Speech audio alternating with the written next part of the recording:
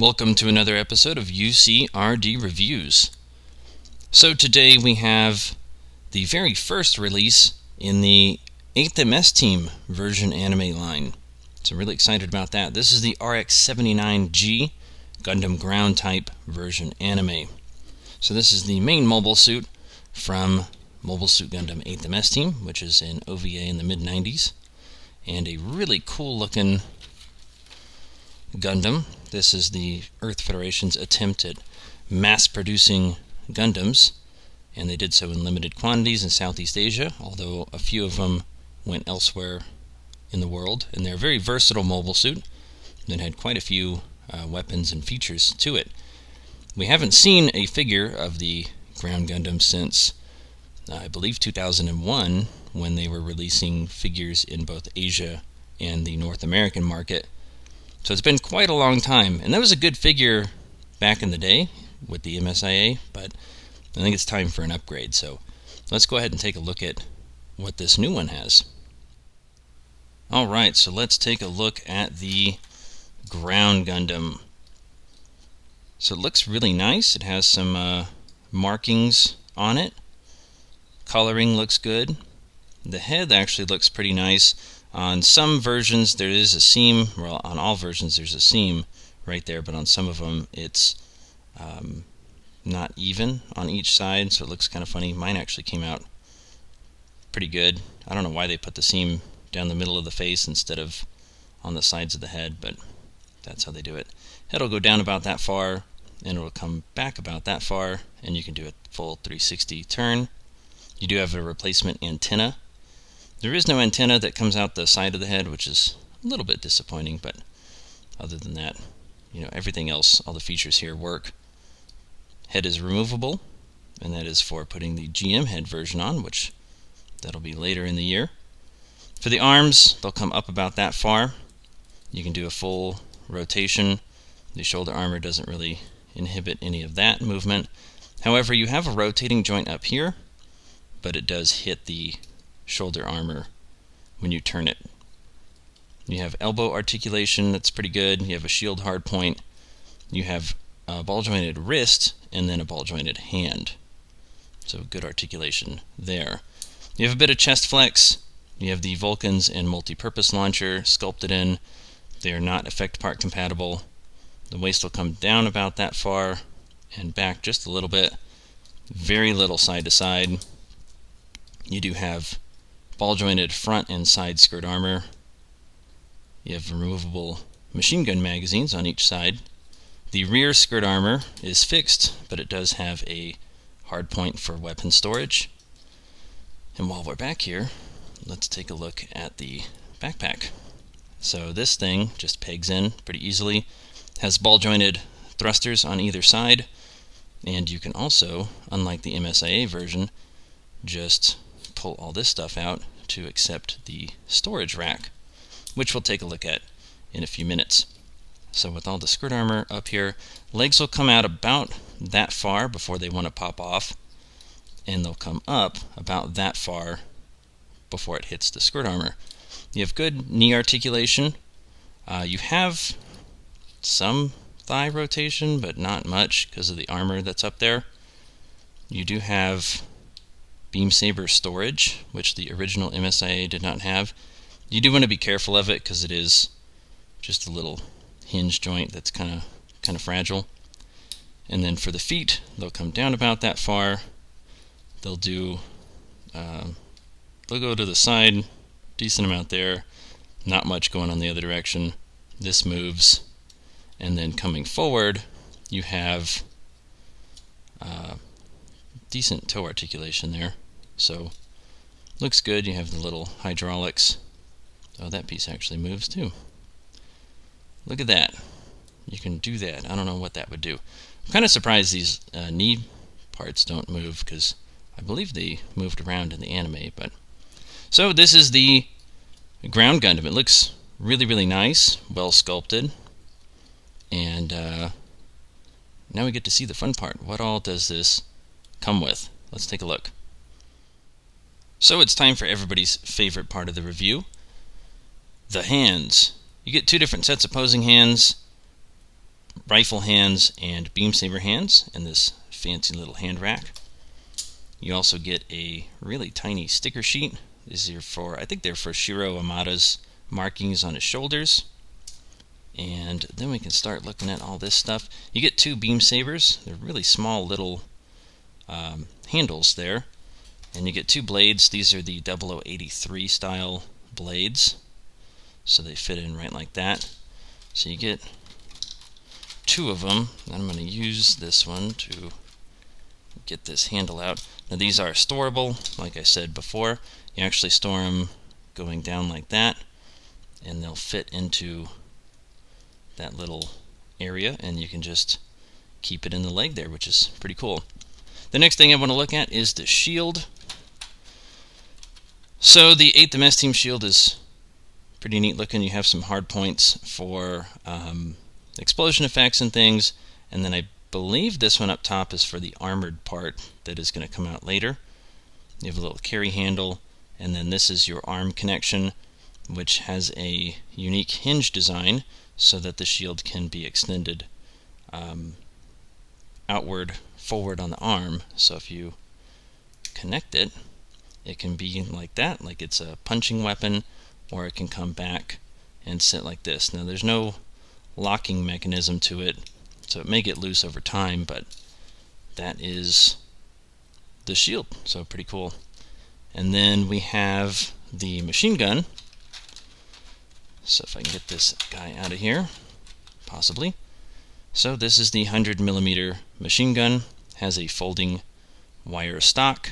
It has a little side folding handle, and you have a removable magazine. Now we've seen this before with the GM North American, or GM Cannon North American type, which is this. Although they look very similar, they are 2 different sculpts, and this one is slightly bigger. It has the same features and everything, but the magazine and the method of storage for the magazine is completely different. So the magazines on the Ground Gundam are actually smaller. So interesting there. And then we have the big ol' 180mm cannon, as well as its magazine, which is going to be difficult to get out. Really difficult to get out. There we go. So this will attach up top here. It is a gravity-fed box magazine. Actually has a little connection in there. And then you have effect part compatible barrel, as is the machine gun. I forgot to mention that. You have a folding top handle. You have a movable grip, and I think that's it for, and you have a folding side handle. So pretty cool looking. And while we're talking about weapons, let's look at this thing. This is the storage container. So we talked about how the backpack can unfold. This thing will simply slide right into place. And it has 2 different doors on it.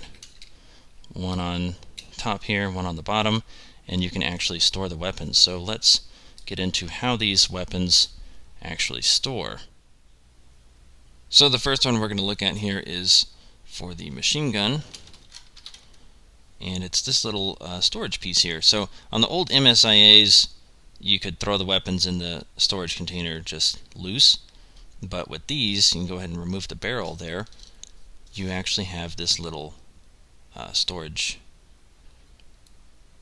rack, and so the barrel will slide in like that, and then the machine gun, I believe, sits, we're dropping things right there. So there's a peg hole right there, and there's a peg sitting here, and it just clips right in, and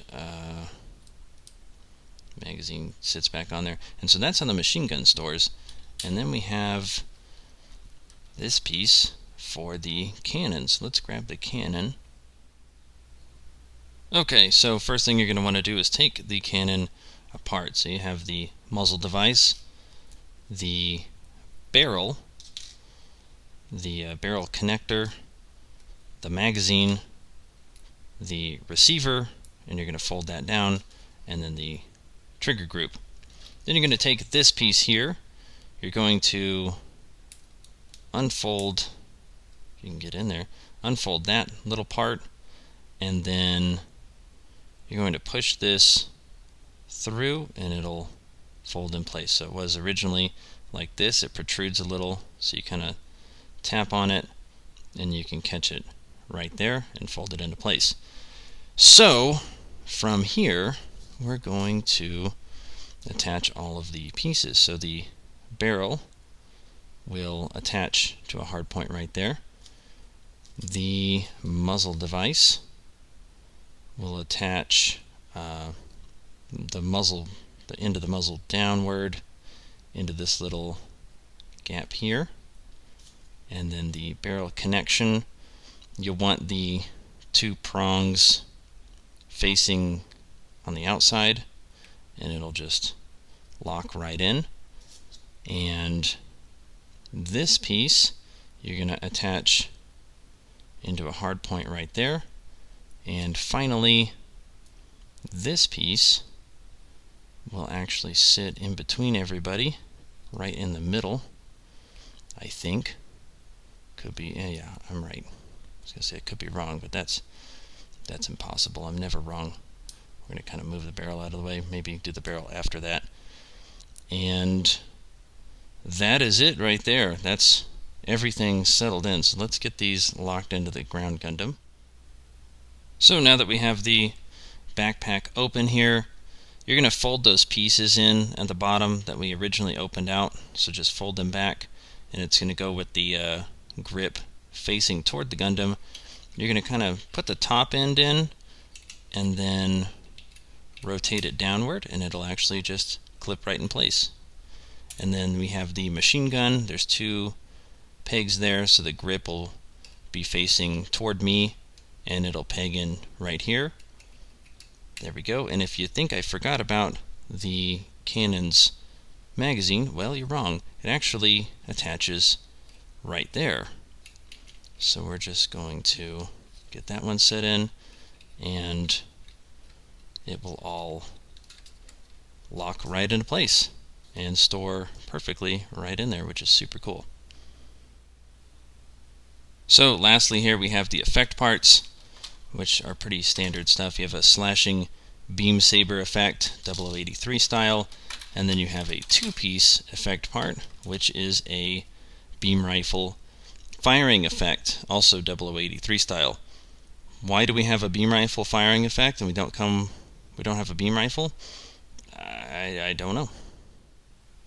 So what better mobile suit to compare the Ground Gundam to than the mobile suit it was mass produced from?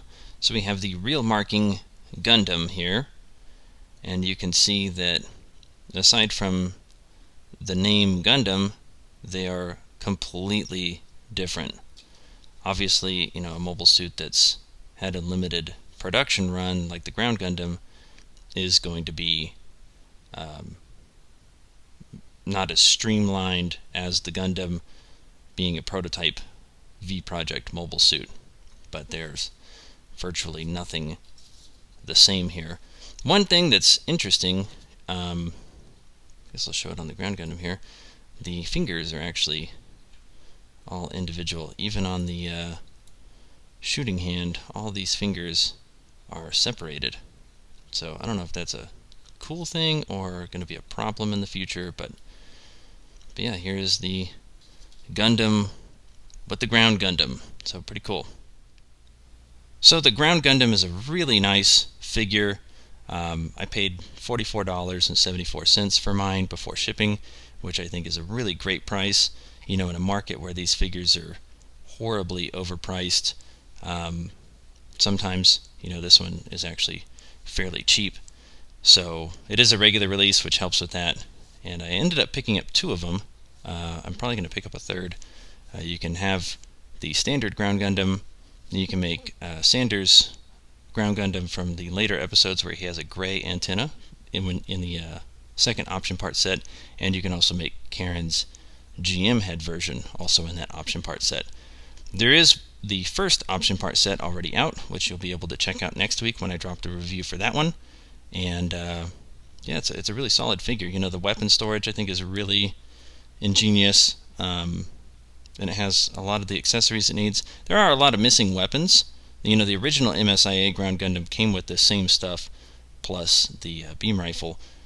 In the Robot Spirits line, you're just going to need to buy a couple other figures and option part sets to get all of the weapons, which is not unlike the MSIA version, so I'm not going to fault it too much for that. But it is a great release, a great start to 8th MS Team, and I hope to see all the mobile suits from 8th MS Team in this line. So let me know if you picked this one up and how many you got and what you think of it. So thank you for watching the review, thank you for supporting the channel, and I'll see you next time.